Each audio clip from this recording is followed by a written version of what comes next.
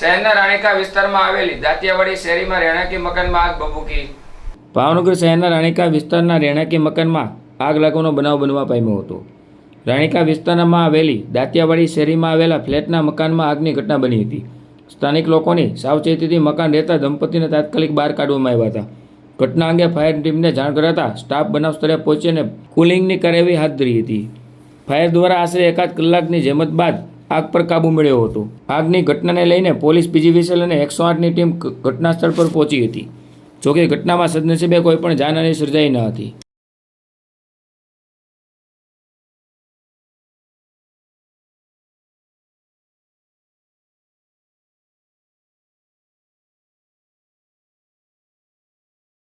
નાગદાન બી Gadhvi, in charge station officer.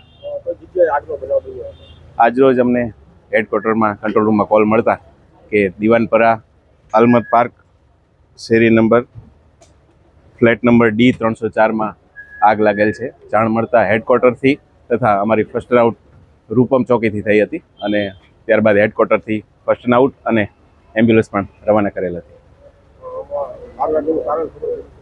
આગ લાગવાનું કારણ જાણવા મળેલ નથી, પણ અમે તપાસ કરતા અંદર ફ્રીજ સળગેલ હતું, જેને અમે પાણીથી ઓલવી રાખેલ છે અને ફ્રીજને બહાર કાઢી લીધેલ છે।